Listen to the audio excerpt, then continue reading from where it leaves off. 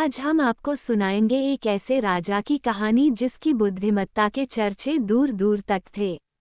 इसी बात से प्रभावित होकर पड़ोस के राज्य की राजकुमारी ने उसके सामने चुनौती के रूप में एक ऐसी भ्रमित चीज लाकर रख दी जिसे पहचानना अच्छों के लिए टेढ़ी खीर थी।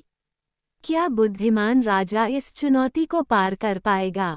ये जानने के लिए आपको कहानी पूरी पढ़नी होगी, तो चलिए शुरू करते हैं। सालों पहले रतनगढ़ नाम के राज्य में एक बुद्धिमान राजा राज करता था जिसका नाम था राजा बलवीर सिंह। उसकी बुद्धि और होशियारी की चर्चा दूर दूर तक थी। अपने राज्य में आज तक उसने न तो किसी गरीब व्यक्ति के साथ अन्याय होने दिया और न ही किसी भी आरोपी को बिना उसकी बात सुने सजा सुनाई। उसके राज्य में हर कोई उससे खुश था। राजा की बुद्धिमानी से पड़ोसी राज्यों को हुई दिक्कत राजा बलवीर की बुद्धिमानी के चर्चे सुनकर आसपास के राज्यों के राजा, रानियां और राजकुमारी आदि उनसे जलते थे। इसी के चलते वे बार बार उसे पराजित करने की कोशिश करने लगे। वे लोग अक्सर राजा बलवीर की बुद्धिमत्ता की परीक्षा लेने के लिए नए नए तरीके खोजते।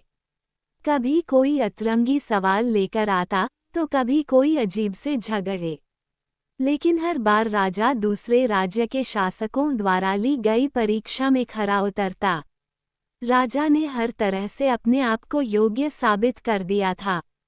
एक दिन राजा की परीक्षा लेने के लिए प्रीतमपुरा राज्य की एक राजकुमारी आई।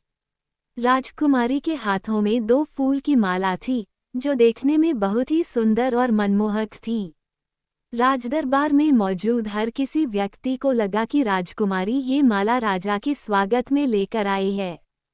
लेकिन राजकुमारी ने उन दोनों मालाओं को सभी को दिखाते हुए कहा, दोनों माला में से एक असली फूल से बनी है और दूसरी नकली फूल से। अगर राजकुमार इसमें से असली माला को पहचान लेंगे तो मैं उनकी बुद्धिमत्ता के चर्चे खुद दूर दूर तक गाऊंगी। राजकुमारी की बात सुनकर हर कोई हैरान रह गया, क्योंकि दोनों मालाओं को देखकर कोई भी नहीं कह सकता था कि इनमें से कोई एक माल नकली भी है। राजदरबार में बैठे सभी दरबारी अब परेशान हो चुके थे, क्योंकि किसी को समझ नहीं आ रहा था कि असली फूलों की माला कौन सी है।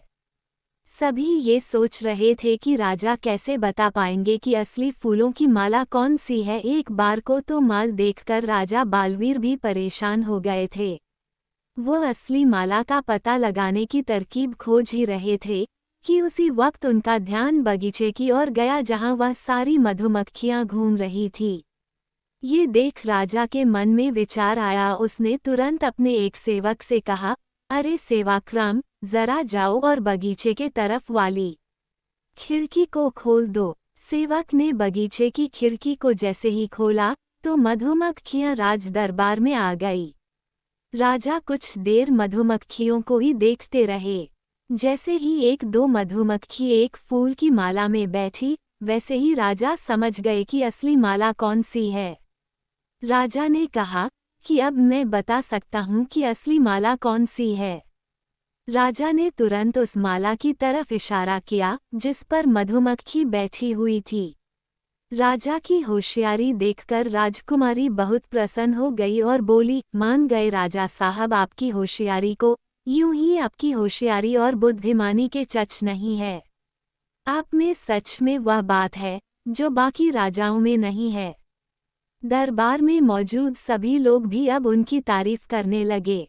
सभी कहने लगे कि हर राज्य को आपके जैसे ही बुद्धिमान राजा की जरूरत है। सीख आपकी बुद्धिमान ही आपका साथी है। ऐसे में सोच समझकर सब कुछ सुनकर ही कोई फैसला लें।